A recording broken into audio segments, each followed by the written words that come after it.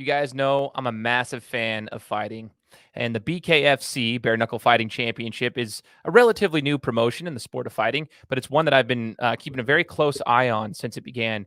I'm a huge fan of the sport, huge fan of the promotion, and I love the fighters that come through this promotion. One in particular is today's guest. We're going to hear more about his story leading up to the BKFC and what he's learned through fighting, the losses, the wins, and everything, life stories, and he, as he calls them, peaks and valleys. But he's going to share some very, very valuable information with us, and we get to learn a little bit more about the Bare Knuckle Fighting Championship, behind the scenes, what it's like to be a fighter, and what he does, and what's so exhilarating about the sport for him. So you guys don't want to miss this episode of the Gametime Guru.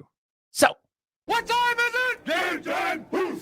This is the Gametime Guru podcast, where I interview sports figures from all over the world to help deliver a panoramic view on sports. So whether you're a former athlete, one of the crazies, or simply a casual sports fan, this is the perfect show for you as we peel back the curtains and learn from our guests every single week. I'm your host, Shane Larson, and I'm helping you see sports through a different lens.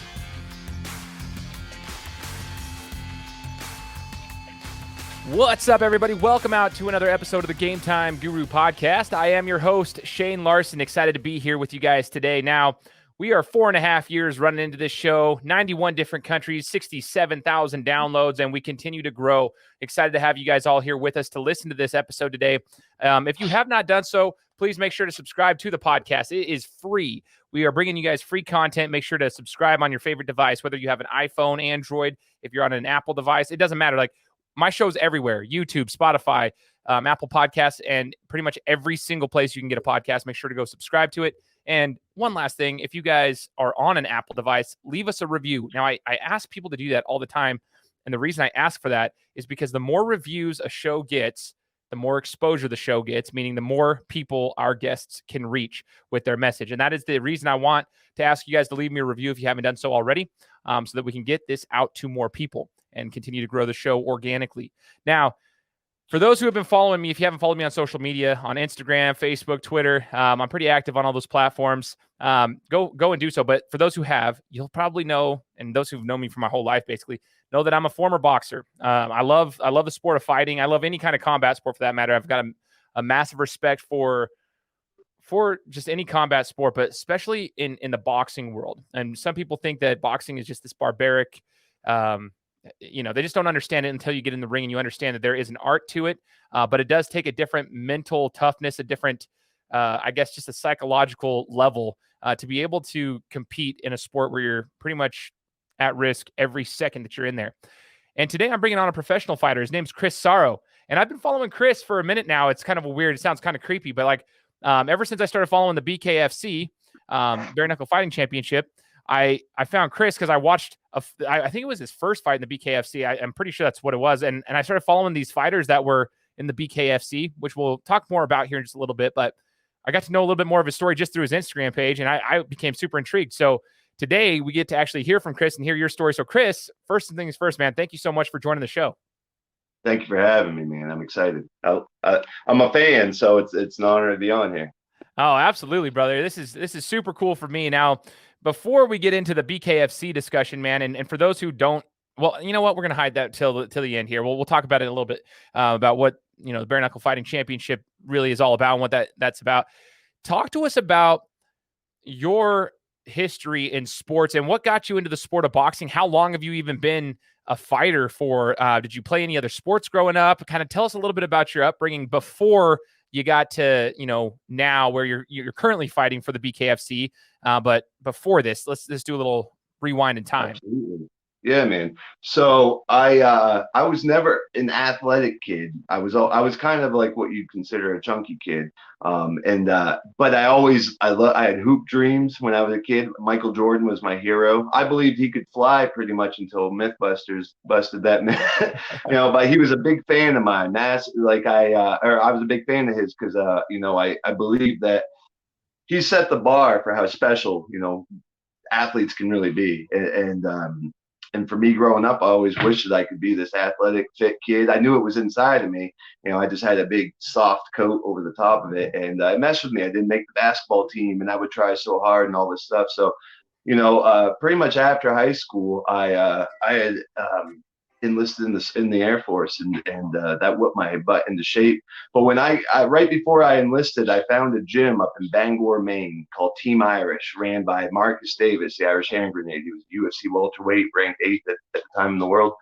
And growing up, all my family's from Connecticut. So both grandfathers on both sides were Golden Glove boxers. One New York Golden Gloves, one New England. I had two uncles that were boxers, and I always wanted to be a boxer, always. But where I'm from up in Maine, there's no boxing gym at all. And so by the time I was 18, I found this MMA gym in Bangor. And this was before MMA was even legal in the state of Maine, like to train it, to teach it. It was so voodoo at the time. This is 2008, 2009. 2008. And the second I walked into that gym, it was the weirdest feeling because I had never got to play actual team sports. Like beyond the team, I would play, after school. But after the first session that night, I felt like I found my call. Like, this is me. This is my home. This is where I felt like my puzzle piece fit. And growing up, it's like I dealt with a lot of things, like teenage depression, things like that, because I felt like I couldn't fit anywhere, and that for children is a hard feeling. That's a tough feeling, especially in this day and age, to not feel like you fit anywhere. And just at the beginning of the start of your adult life, that can be dangerous, detrimental to some people. So when I found this gym, it was like a blessing, like a gift from God, because I felt I'd never stopped. I had enlisted, but I had 6 months before I had to take off for basic. And I was there every single day, open to close, first one there, last one to leave. And I lost like 55 pounds in those 6 months. And it was the best. I've never stopped since. After I got out of basic, and I went to the Shepherd Air Force Base in Wichita Falls, Kansas, found Travis Luter's gym in Fort Worth. I stayed right with it because it wasn't even about losing weight. It was what it was doing for me upstairs. I can always say it was a blessing because it saved my life. And that was 14 years ago. And so, the second I got back home to Maine, the next day I was back in my gym training.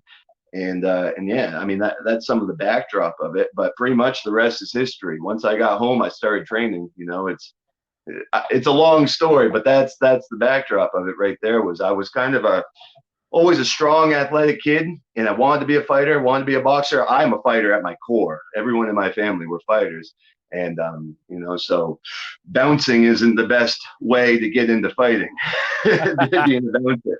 So I did all that. So I'm very fortunate today where I'm at, because now I'm also coaching and giving back to kids, same exact boat I was in, some of these kids.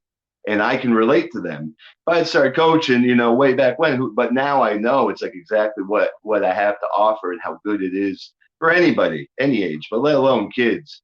To learn confidence at a young age, you can't put a price on that, That's interesting. You mentioned that. Like, I'm sitting here, I just for the listeners' sake, I've never heard this story before. Like, I've heard bits and pieces just from following you on Instagram, but I didn't know this background. And so it's kind of cool for me because I'm going back in my own head, Chris, like as you're talking. I found a boxing gym when I was 15. So when I was 15 years old is when I first got into a Golden Gloves gym here in Idaho. I didn't even know we had them in Idaho. Like, I'm like, what? Oh, we got a Golden Gloves gym. Okay, great. So I go in there, and through the next 3.5 years, as I progressed in my fighting, I had very similar.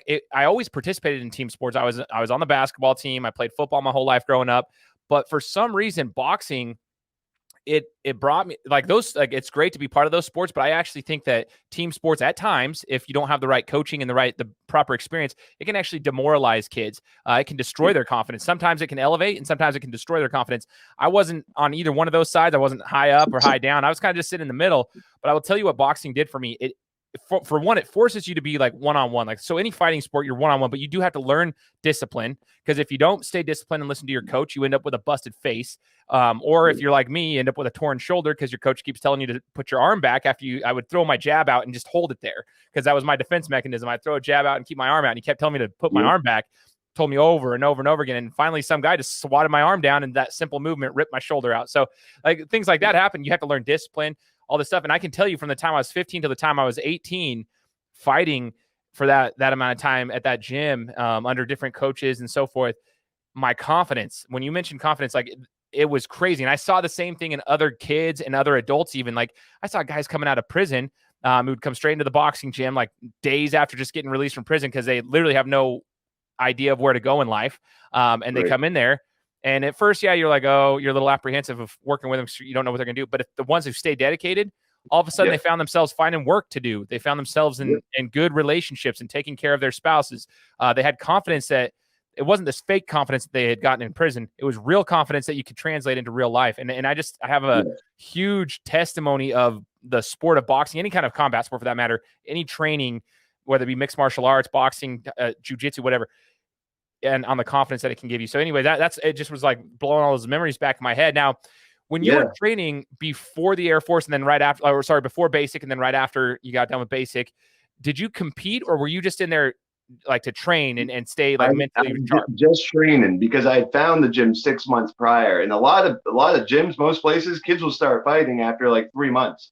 Competing, and I was because now after the last 14 years and being in gyms and seeing at what stage do most gyms and coaches allow kids to start competing, I was ready to go within a few months there, but with me, I'm such like a perfectionist that I just kept picking away. Like I didn't feel I was ready. I wanted to make sure that when I came out, I just started laying people out, like I didn't want to, I'm weird with things like that.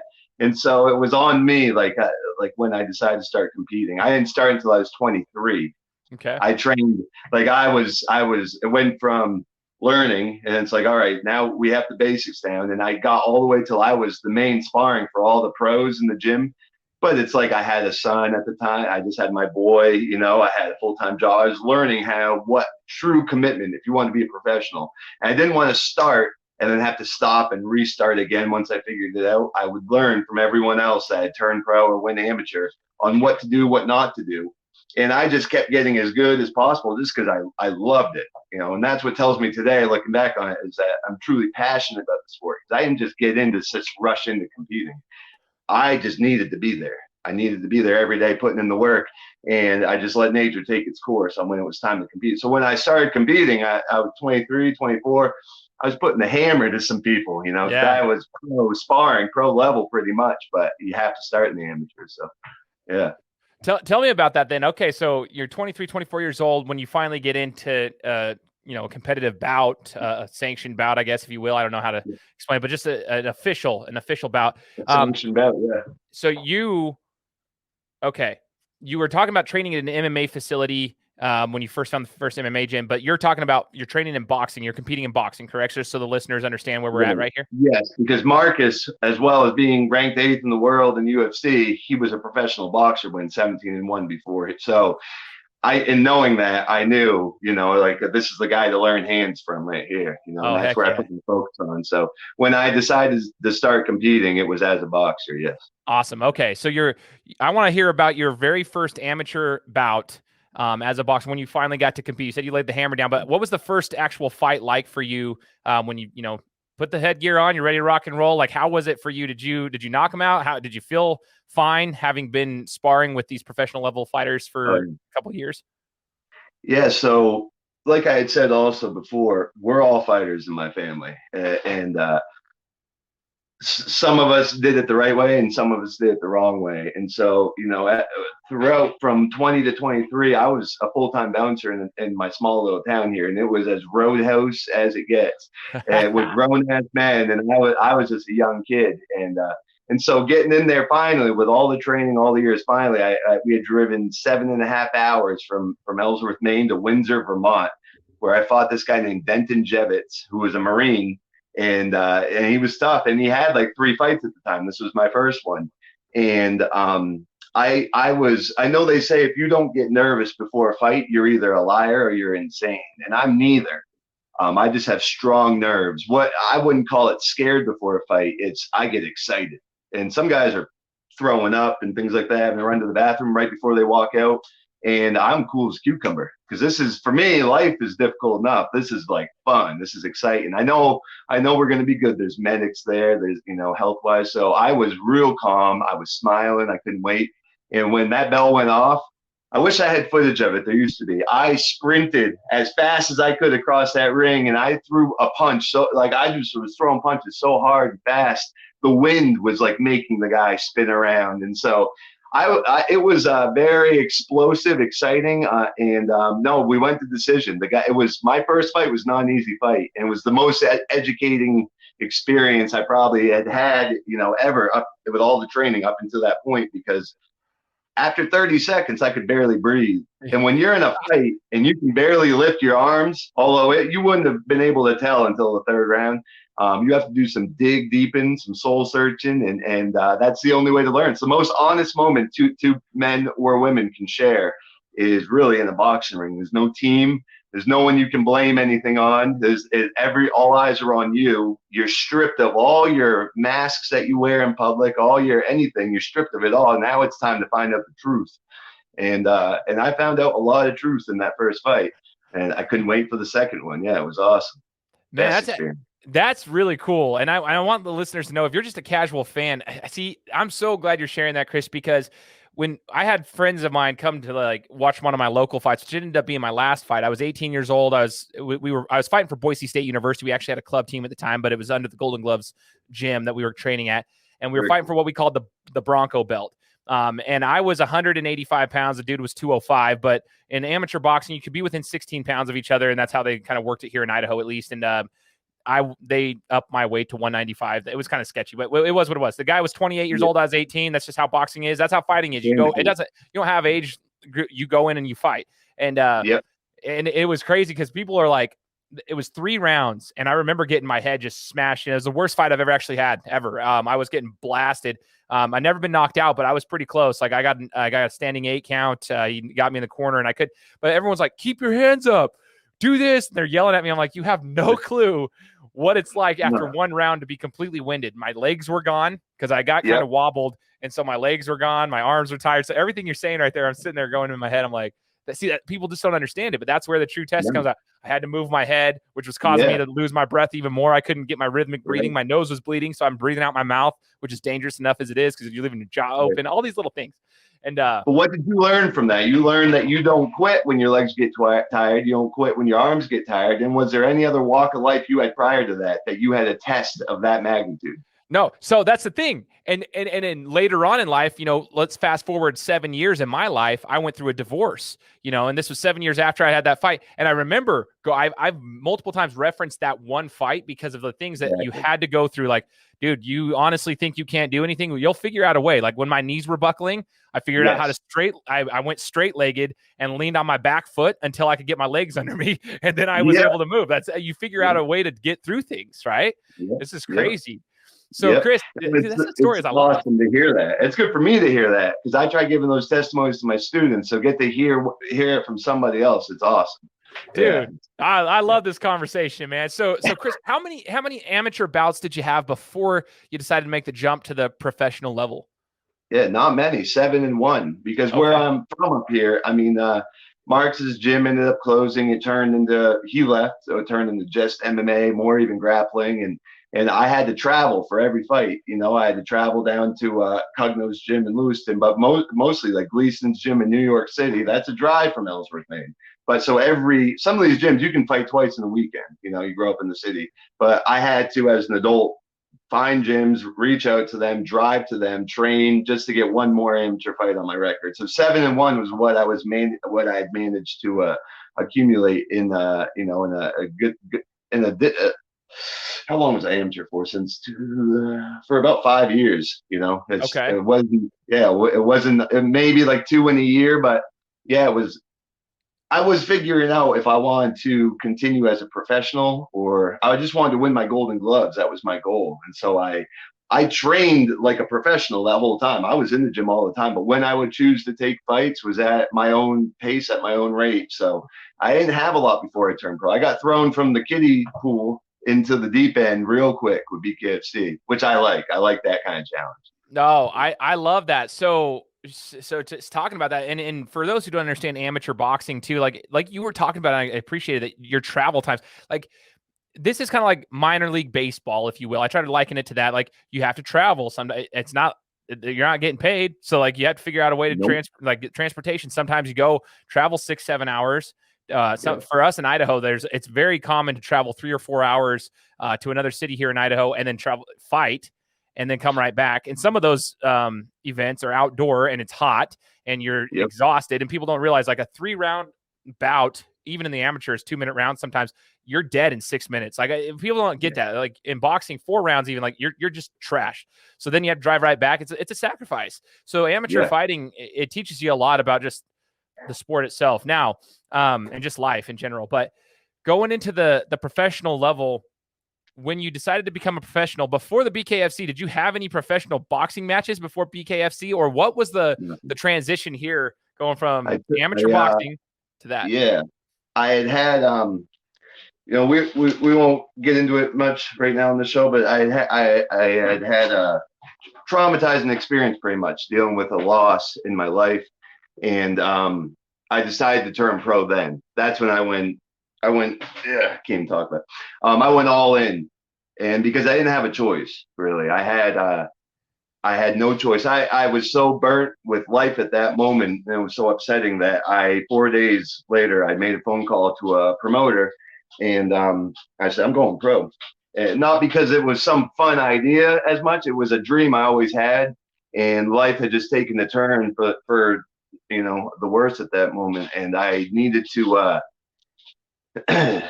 rejuvenate some hope in myself. And I was like, well, the only way I can think to do that is to go, everything you've ever dreamed about, just go for it now, and and take it from there. And so they go, yeah, we'll give you a pro fight, and they gave me this guy Ras Hilton, who had 11 pro fights at that time. He had just got done fighting Jorgen De Castro, UFC heavyweight, for the cruiserweight strap, and I said, bring it on, because it didn't matter who they gave me, it was a yes. And I knocked him out with a walk-off punch, first punch knockout, laid him out cold flat in my debut, and I got signed to the promotion because that knockout went viral. No one knew who I was. I was an amateur boxer that had little experience, and they brought me in co-main event, biggest show in New England that night, and it's a very brutal knockout. And there was a lot behind that punch. There's a lot behind that punch, not just power. There was a lot behind that, and going into that whole fight, the way I trained for it, and each step got me through what I was going through in my personal life, and that's what I needed at that time. I needed something like that because I was not in a good space, and now Ras, he almost retired. He did retire after that. It was embarrassing for him. His family, his kids having to see that knockout on every highlight reel and all this stuff. And his wife reached out to me and she was like, can you call my husband? He hasn't gotten out of bed in like a week. And I was a fan of Ras's. I was going to say yes to anybody, but when they said Ras, I especially said yes because I'd watched every one of his fights. I was just a personal fan. I wasn't even in MMA. This was an MMA fight too. It was the only pro fight I could take. I was like, I'm done. I'm down. And I told him, I go, the last thing I wanted was to fight someone I'm a fan of, and then they never fight again, doing the thing that we both love because of what I did to them. And so I talked him out of bed, and he came all the way up, started training with me. He got a knockout on his comeback fight, got signed to Bellator, won his debut against the top 10 guys. So now he's doing great.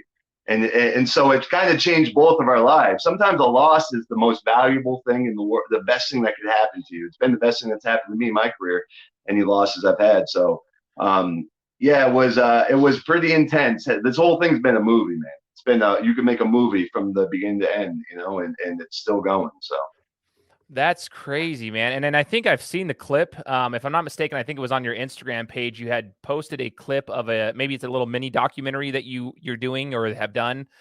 Maybe that's where it was done on me. Yeah, there was somebody who did it, and you were talking about that or something. I'm pretty positive that's what I saw because it was a really, really quick one-hitter quitter type of deal, and pretty solid. So if that's the same clip, I'm going to encourage everybody to go follow your Instagram page because that's where I saw it, was that clip. Now, if there's a different place that's posted, that documentary's posted, then let us know. But if that's where I saw it. Yeah, it's on YouTube. If you just type in my name, Chris Sarro, I believe it's like the first video I believe that comes up is the Ras Hilton fight, and then the second one is that documentary where they explain it a little more. Okay. But yeah. But my Instagram page is at Chris Golden Gloves, at Chris Golden Gloves. And, I encourage people to go just for fun because I keep it real. I don't filter myself. I don't have a dirty mouth, things like that, but I don't hold anything back. If I feel I need to share something from the heart, that's what it is. It's from the heart. And a lot of that's through my Instagram page, so. if you're a fan of combat sports, it's worth checking out. For sure. I would recommend it. But yeah, if you want to check out the fights in the documentary, yeah, again, go YouTube it too. You can find that really quickly there. See Chris's stuff. So going into the BKFC, so this is a promotion that not a lot of people even were really familiar about, and it's taken a lot of flack for no reason, in my opinion. Like, if you're a true fan of combat sports, when the guy comes out and talks about BKFC, I thought it was a fantastic idea. I was like, yes, like if we can get more states to sanction this, I would love this. This is fantastic. And then you had like the Dana White conflict with him, and everything is going down. There's a lot of political crap, and it's not the UFC. Well, it's not meant to be the UFC. Like I kept talking about this on my show too, and even on my pages. I'm like, it's not meant to be the UFC. It's the BKFC. It's a different type of a sport. So why can't we all just have our own like love for the sport? And as the very first promotion I watched in the BKFC, Chris, I was hooked. I was like, they were trying to like, some people were like, well, these are fighters nobody knows about. I'm like, that doesn't matter. Like, this is the cool thing is that we're getting to know them. Like, it's not supposed to be the UFC. It's not what it is. It's not owned by ESPN, who's got a $700 million contract with the. That's not what it is. It's the BKFC. It's its own promotion, and it's doing quite well. But now I get to talk to a fighter, which is this is the first time I've ever spoken to somebody who's actually competed in this. This is bare knuckle fighting. Okay, talk to us about your first, I guess, your first experience in the BKFC and the differences between that. I'm curious as a former boxer, the difference. I mean, you're not even fighting with 4-ounce gloves like mixed martial arts does. You're fighting with like basically nothing besides like your hands are wrapped for the most part. It's bare knuckle. So like, talk to us about the intricacies of the sport compared to normal boxing for you. Yeah, I got goosebumps. You just asking the question. That's how exciting it is, man. It's the most exciting feeling in the world. And I've competed in MMA, in boxing, and now bare knuckle, and there's no comparison. My first experience with BKFC is I fought on BKFC 9. I fought a guy named John McAllister, who's a great person. It just was not his night that night. And it didn't matter who it was that night. It was not going to be their night that night. I felt in the deepest of my core that there's no reason why I should have beaten Ras like I did, but I did. It was statistically, it doesn't happen. If you looked at my stats, his stats, and it doesn't happen. There was a reason for that. There was a reason for me taking that fight during a time that no one would be taking a fight or competing. And so when I was traveling to Biloxi, Mississippi for this event, there was no, I believe in God. I'm a spiritual person. There was no part of me that believed this was meant to be. And that's a powerful feeling to have. Nobody can touch you when you feel that way. You're untouchable is the bottom line. So, I had, my Randy Sinclair's in the corner for every one of my fights. Pretty much just me and him standing there watching every fight. We were number 6 or 7. We watched every guy come out one way, walk the ramp, and they walked back, head straight to the emergency room to get their faces put back together and their hands and their bones. And I stood there getting more excited by the minute because it's the closest thing to, I don't like this, I don't know what the proper word is. I don't like saying death, but it's the most real, honest feeling ever. And I thought I felt that in competing in boxing and MMA, but this is different. This is bone on bone. It's a different kind of primal apex feeling. For me, when I walk out, when you see me walk out, I feel like Leonidas in 300, but it takes over me. This thing takes over, and that's real. That's me walking out to do some serious stuff. And when we came out there, I mean, if you watch my fight, it's on YouTube and all that, and on the app, BKFC TV app. That's a pretty real moment. I broke so many bones in his face with one punch. His eyeball sits a half inch lower in his skull to this day. And that was just from the one punch, the one right hand I landed on him in a minute and 30 into the first round, and the fight was over. And so now it's, that's my second pro fight ever. And I only had 8 amateur fights, on the New England circuit. And now that, because of how my pro debut went against Ras and now my debut in BKFC, you have no choice. You're thrown into, now you're fighting guys that are UFC vets with 20 years experience, and you have no choice. You got to adapt real quick. And that's kind of hard to do when you don't have 20 years experience as a pro, so it was exhilarating. It was the most, you hear my mom screaming. If you watch the fight, you'll hear a lady screaming, and it's my mom. She's just screaming the whole time, and then I put them down, and she's screaming. My mom's pretty much there for every one of my fights, and you'll hear her for every one of them. But to have my family ringside for that and the people dearest to me right at my back, you can't. There's no real words to truly describe it. But the best I can say is it was one of the highest highs you could possibly feel. I was sick the next day from like an adrenaline hangover because I peaked out. You don't go any higher. I was floating around the rest of the night. It was cool, man. Very, very grateful to that promotion because they took a chance with a guy. They knew I didn't have much experience. Dave Feldman knew. He's a former boxer. But he must have, it sounds like he saw or heard something in me where he was like, I want to give this guy a shot. And he's glad he did because we're going on to our fifth fight now, fifth bare knuckle fight. That's longer than most people will ever, have. Yeah. That is so cool to me to hear that. Just hearing it from the insider scoop, like the emotions behind it. Did you feel that that the promotion itself, as being part of it, did you feel it was well produced? Like it was a professional, felt professionally organized? Because there's like this knock for some reason because it's a quote unquote smaller promotion. It's not. It's growing. Forbes has it growing at 8 times the UFC's rate at this stage in their game. We're growing at 8 times the speed right now. I mean, we just sold over 1 million pay-per-views for Knucklemania. That's a pretty big deal.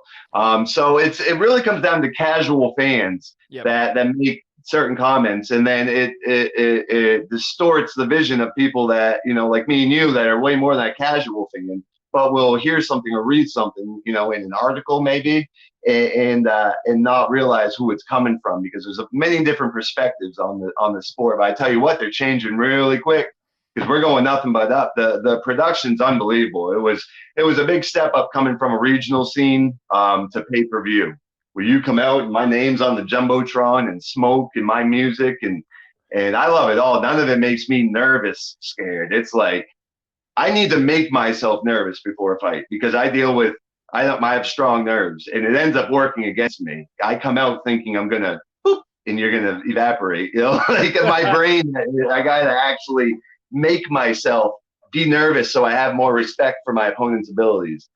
That's backwards. Yeah. I think it's cool that you have that, though. There's like in sports in general, that's what our coaches used to always try to teach us. But I think fighting, it's one of those things because a lot of guys get nervous and they talk about it being the exact same energy, but some people use it as anxiety, like they channel it in a different field, and so like it causes them to lock up and they don't perform to their best. Right. But it's the same energy. So some people they're trying to train athletes to do what you do, is like use that for the better, like be excited, use it as exciting energy. So right. Yeah, exactly. It's cool that you have that. I think that's phenomenal.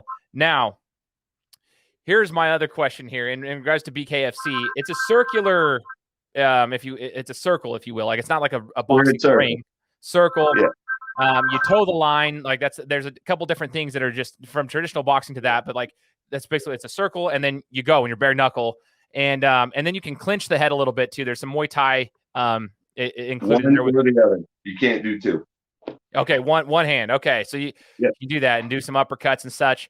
I want to know, like, from your perspective, just having trained in traditional boxing for so long, like, it seems to me, and I wanted to know for the listeners as well, do you utilize a lot of strategy, or is it more so like just get some power shots in because the rounds are shorter, and there's not a lot of like work the jab? It doesn't seem like there's a ton of like jab work and then a pop, like setting up punches. It's a lot of like get in there and lay some haymakers. But I'm wondering from your perspective what your thoughts are as a fighter.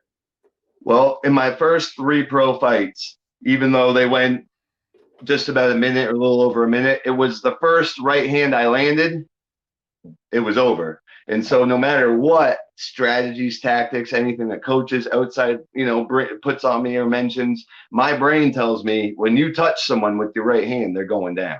No matter what I believe or anything else, it's like in my core, that's all I had to go by was in these last 3 situations, the second I put one on you, fight's over. And so I believe that truly in my core, that the second I touch it, it's going to be done. But in bare knuckle, what I figured out right after my first fight, because the first right hand I landed on McAllister, he had to go to the hospital. And so going into my second fight, and they say it as I'm walking out, they're like, Sarro learned something that a lot of us, it took a while to learn, was it's about who gets the first one first. So in boxing, you take time to establish your jab. That's your range. Once you establish your jab, you can piece them up.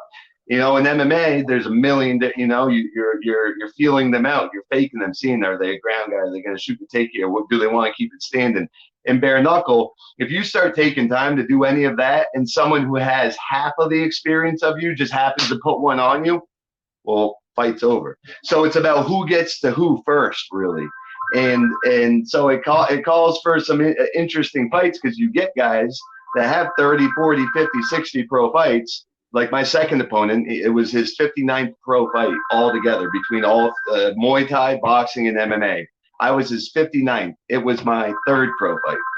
And it was my 10th in total with amateurs, and his 59th. And the first right hand I landed, Dunsky. So we're still figuring it out, man. We're still figuring out the tactics and the strategies. And when it is such a dangerous sport where you don't want to get starched by someone like Victor did from me, he happened to talk a lot of trash before that, which didn't help his case any. And then you get put out by someone who's got, who only had 2 pro fights prior to his. It calls for a different kind of strategy, and we're still figuring out the best way, because you don't want to just come out running trying to get that first one. You have to be tactical, but it's you want to make sure everything you throw counts, everything you do counts, every second in there, for sure. Talk to us about your hands too. Like, how do they feel afterwards? A lot of people will show their hands in bare knuckle, like how swollen the knuckles are. So have you had any injuries to your hands, or do you actually feel good afterwards? Some people feel like fine, bone on bone doesn't actually affect them if they punch correctly. So tell me about your hands. I think, a lot comes down to genetics. I broke my hand's been broken 14 times. I don't know if you can. Gosh. Yeah, dude. And they call it the sixth knuckle. But I have 2 steel rods that hold my whole hand together from a metacarpal break. I've broken it so many times that ever since those 2 steel rods went in there, this thing doesn't break. And so I don't know if it's genetics, if I got strong bones all of a sudden, if all the breaks, so much calcium deposited that now this thing's like concrete. But I'm like the only one. Every fight I'm back. They're all my friends. I'm friends with everyone in this promotion. Everyone breaks their freaking hands. They have these weird knots and stuff. And I'm not saying I'm special. I expect it every time, but I think I've had little minor fractures or a little swelling, but I've never taken a broken hand in this thing. If you hit correctly, that's the other thing in boxing and MMA or anything. A super clean knockout, you don't feel. In the streets, anytime it was super clean where I didn't hey, what happened? Did I hit him? It feels like you hit air. That's the best knockout. And so if you're landing your punches when you're supposed to be and landing them correctly, you shouldn't break anything. It should break them. It should feel like nothing. And so a lot of these breaks are coming from people just going wild, hitting from weird angles. I also train the punches that we throw. I mean, we don't branch beyond a jab. I don't want to give it all away, but the punches that I train, when I'm out there, I'm throwing the punches that I hit that I condition my knuckles for all year round. We don't branch out of that. So my hand is conditioned to land certain punches a certain way, and I don't branch away from that. I've actually noticed that about you, Chris. It's so weird because as you're talking, I'm like, shit, dude, I've actually noticed that while you were training and just kind of jabs and straights and just, typical 1, 2, 3s and some uppercuts too. I've actually just as a side note for those who, follow me, I do still train. I train on the heavy bag, the speed bag, and the double-ended bags and stuff. And I still do a lot of that. I actually started incorporating some of the bag work that I saw you doing in one of your gyms and throwing uppercuts, even though I don't have a water bag or whatever to do some uppercuts on. I still throw my uppercuts even when I'm hitting the bag, so I can still get the angle correctly while I'm doing it. And I've noticed that and people always ask me too, because I have some massive knuckles, a lot of scar tissue on my knuckles, but if you hit properly, that's why I was wondering, you shouldn't feel it. And unless you hit with the other knuckles, you get the boxer's fracture down your arm, but it's cool to see that you're doing that. And I noticed that your form is actually fantastic. Your form is that of what a boxer should be. If I'm a younger kid and I'm looking at someone to if I want to try to resemble that, I'm going to try to replicate something. I'm going to be looking at your form and the way that you bounce back and the way that you throw out your punches. That is how you should be doing it. Thank you. Yeah, you're welcome, man. And here's what you mentioned earlier. You said, losses can teach you a lot. So this is where people like to hear about the wins. This is exciting, hearing about your experience in there and laying some big punches, hitting them first. Dude's eye goes down half an inch down his face. Some people think it's barbaric, but that's the reality of the sport. And it's kind of an excitement. And honestly, I bet your opponent as brutal as that is, they might like that. Some guys like getting hit. It sucks at the time you lose and it's brutal. You have to go get it fixed and all this stuff. But like, it's part of the sport, and some people like it. People used to hate that I would say I loved getting punched. Like when we came back from a 2-month break in the summer and we get back to sparring, when we came back to our gym, because our gym would always take a 2-month break in the middle of the summer. So training all year, and we got into our first sparring match. And I remember getting popped good. Like I got a clean right hand straight to the face. And I remember sitting there and being like, yes, I just love the feeling. I don't know. It's just a weird feel. Like you're not dead. It's alive. You're alive. Our lives they're designed to be clouded and masked and friggin' it's like normal life is designed to be a distraction from the things that we're really our primal, our hunting and gathering, the stuff that we were on this earth doing millions of years or whatever you believe before social media and all these freaking distractions and things that distract us from what we're supposed to be paying attention to inside and around us, our families. When you get punched in the face, it brings you right back to the surface. Whoop! Like, all right, I am alive. My senses are going. And so some of the happiest people that I see are doctors, lawyers, ladies that have, stressful freaking jobs and families at home. They come to my gym. Not that I punch any of them, but just throwing and them with partners or them sparring and them getting hit. You can see it in them. I've never had someone leave my gym or my class not happier than or more elevated than they were before they came in, and blood dripping down their nose and sweat and like, dirtied up and roughed up and sore, and they're the happiest they've ever been because they're right back to the surface. They go home and they spend the night with their family and not on their phone. And, family, they instantly, it brings you back to what we're supposed to be doing. It knocks some sense into you, so to say. And so, yeah, I'm not like someone like McAllister, not particularly happy that he got, took the damage that he did. But I tell you what, I stood backstage while the medics were checking him out, stood with his 6-year-old boy, which brings it to reality. That's looking at his dad. And John's nothing but smiles. And I tell his son, I go, your dad's the toughest dude I've ever shared the ring with. The second he got cut and started bleeding, he said, bring it on. And his 6-year-old boy looked up at him with the biggest smile on his face. Like, it brought some light to a kind of a dark moment. But yeah, that's what we live for. A lot of us, we're genuine people. And I don't like all the filters and distractions out there. So for me, now I have a lot of sparring up here. So I got to hit myself. But for me, it's the best feeling in the world, and a lot of good comes from it. So. Oh, for sure. Yeah. And go into the losses conversation real quick, because you've had some success, and then you've had some losses. And you talked about how you can learn a lot from the losses. You've taken some big shots. Your last fight, even like things can be going good in the sport, and this is life in general. Things can be going great, and you can get caught. Sometimes that happens. Life, you get caught. You have the best job in the world. All of a sudden, you get laid off because you work for a corporation that does layoff. Everybody can go through it. I went through a divorce, unexpected. Like, you can get caught. Talk to us about the losses, and what that has taught you, and what we can expect to see from Chris Sarro moving forward in your fighting career.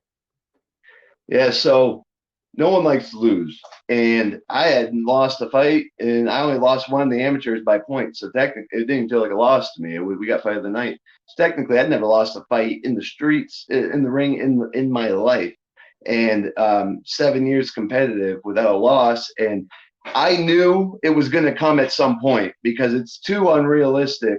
Not that anything can happen, but I know this sport enough to know that at some point I was going to have to take a spanking or two. And because I got thrown into with these high level pros coming from I had no real experience. I did, but not live fighting experience on pay-per-view on the big stage and all that and everything that comes with it. It's not just fighting. There's so much to our lives that we have to do, sponsorships and managers and people trying to screw you over. And there's so much I wasn't ready for. And I didn't have time. I turned pro a little over 2 years ago. And so I knew it was going to come. And when it came, it's dark, man, because public humility on a level when you're dealing with millions and millions of people are watching you take a whooping. It's a hard pill to swallow. When you're a prideful person like me, it's a real hard pill to swallow. But if I had $1 million and then you said, give me $1 million, I'll turn those losses to wins.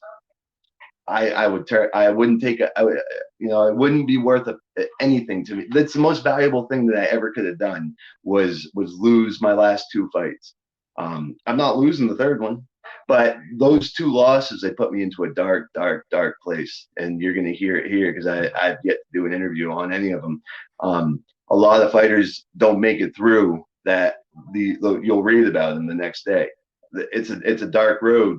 But you learn so much if you make it through there and you stay positive through it and you stay optimistic, and you come through the other side. It's the most educating experience that you could possibly have. Because one, you're fine, you still have your health. You have to learn things about dignity and pride and ego deflation, and you learn how much weight you put into people's opinions and how much weight you shouldn't put into people's opinions, and what actually matters, what doesn't matter. That's all stuff that you don't learn with a win. With a win, you're not doing much learning because your brain's telling you, we just did everything right. We don't need to assess. You just keep moving on the roller coaster, wave after wave. When you lose, you either don't make it through that, or you think you made it through and you're still, you go out and you didn't learn your lesson, or you take time to feel that pain and analyze it any way that you need to and come out the other end. It's the hardest thing for an athlete to go through, but it's the most rewarding thing, especially if you have a lot of good people in your corner. I got guys like Bobo O'Bannon, Zach Kelmis, and now Josh Burns, who handed me my first ever professional loss, which was the most hard, embarrassing thing that I could have gone through. And that guy, we hated each other. I'm telling you, the antics and the animosity that you see on screen leading up to that fight were as genuine as could be. And I don't hate people. It's not a thing for me. I barely dislike people. I'm a pretty nice guy. I'm hard-headed, but I keep it real, and I like just about everyone, even people you really shouldn't. My nature is to try to see the good in people. I did not like Josh Burns at all. And what happened in my last fight was Josh fought in the main event, and I was there ringside for it because I wanted to see this man get beaten into a bloody pulp. And I stood there and I watched that man get beaten to a bloody pulp, but I didn't feel like as good as I thought I was going to feel. I was trying to remind myself of the antics and all the shit that bothered me about this guy. Excuse my language. You're fine. But it just couldn't happen. I couldn't. All I was seeing was another man, another father, another husband getting beaten onto the same road, that dark road that I just barely made it off of. And that's all I could see. And so when he climbed out of that ring, I had no idea what I was doing. I just started like running up to him, and my manager's yelling my name, like, what do you do?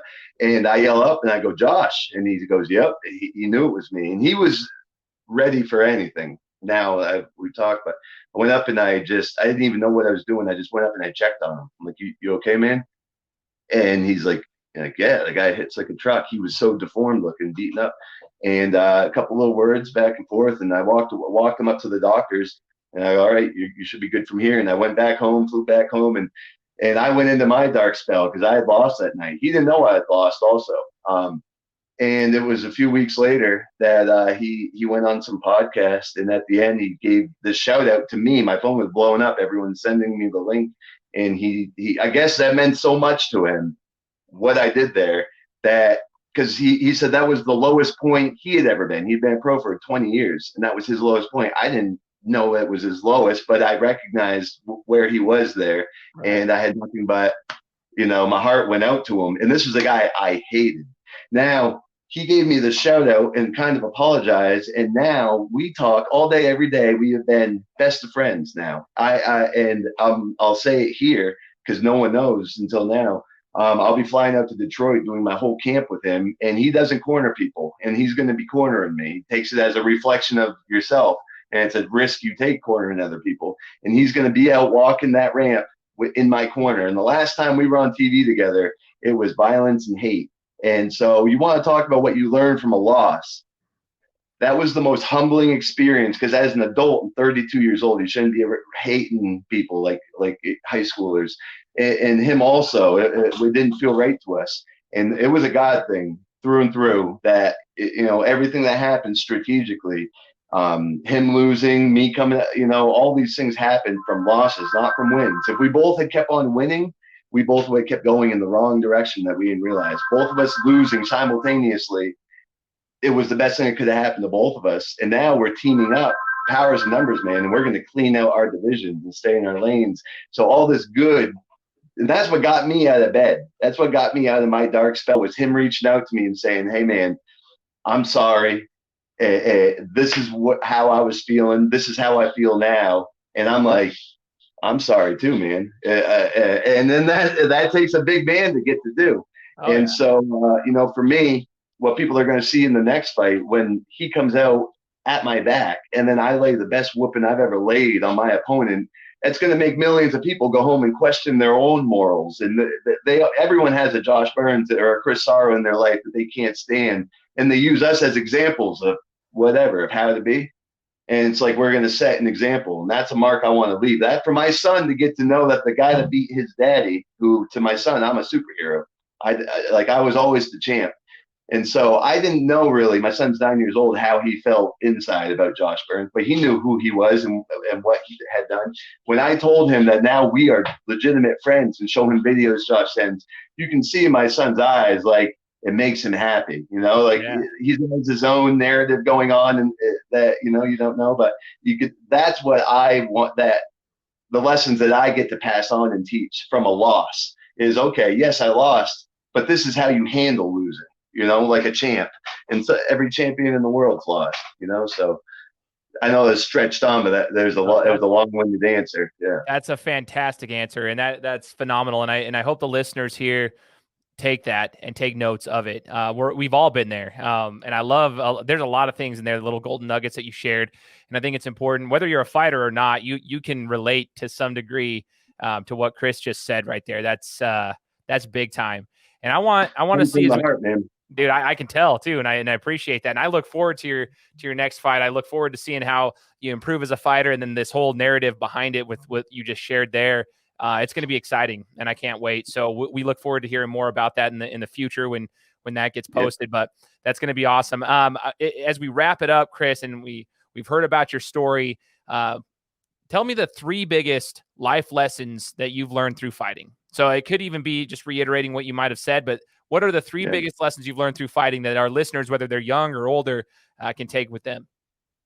Yeah, well, I've learned, as for being successful in anything, but my experiences with boxing, combat sports in general, consistency. Without consistency, everything will fail you. Right down to showing up for your job every day, like Althea. Hello. Showing up to work every day, not missing a beat, doing your absolute best. Now, life gets in the way, but being consistent with whatever you do, success will come from it, or success will come in another form. But you will fail if you can't be consistent at whatever you're trying to be good at. The integrity and character that you gain from this sport in general, because I can only speak for this sport, is I would have never learned any of this in any other walk of life. I would have never had changes to my morale, improvements to my character in any other job. Now, other people can get that from other walks of life, but the way I was going to learn these lessons, apparently, is through this sport and through combat sports in general. And then just the honesty. I learned that in this sport, being genuine and being honest, like me talking with you right now, I held nothing back. And I want people, if for the small window that I have this platform that I can share with people and tell my story, I don't want to look back on it and be like, why did you filter yourself? Why did you keep this back? Obviously, you got to have some filter. I'm not going to tell you, what I ate for breakfast this morning. It's like, but I don't want that honesty and being genuine. I've always been a genuine person, but I learned the importance of that tenfold through this sport, being genuine. Josh and I being genuine with each other cut out a lot of bull crap, and we could have held on to being, oh, I'm angry. That's not genuine. That's not honest, And so those are probably the 3 biggest things: is integrity, consistency, and honesty. They happen to all end in Y. I got lucky there, but I'm not trying to be like an inspirational speaker, but those are the 3 probably biggest things, that are pretty broad that I've taken from this sport. And it saved my life. It saved my life. This whole experience has, and it's made it a pretty beautiful experience. Good, the highest of highs, lowest of lows, peaks and valleys. I wouldn't change a thing, man. Wouldn't change a thing. I dig that, man. And I truly appreciate the openness that you've shared here on the podcast. And I love that you said peaks and valleys. You know, as a coach, I coach basketball and I talk to the kids. They're 16-year-old kids. And I'm always telling them peaks and valleys. You're going to have highs and lows. But there's that whole saying. But if you don't have that, like if a heartbeat doesn't have that, it's a flat line. And what flat lines mean is that you're dead. And so you got to have those. You got to have the peaks and valleys to keep yourself going. And it's obvious that it has helped you in many ways, the peaks and the valleys. So super awesome interview, Chris. I look forward to, following you more and communicating with you more outside of the podcast and just, cheering you on, continuing to see how you progress as a fighter. But from the bottom of my heart, just want to say thank you for sharing your story with us, man. And I look forward to seeing what you got going on, brother. So thank you so much. Thank you, man. Thank you for having me. We'll see you guys. Guys, thanks so much for listening to another episode of my show. Now, if you could go and do me a favor, head over to iTunes, give me 5 stars, and leave me a review. It would be greatly appreciated. Thanks, guys. Appreciate your support.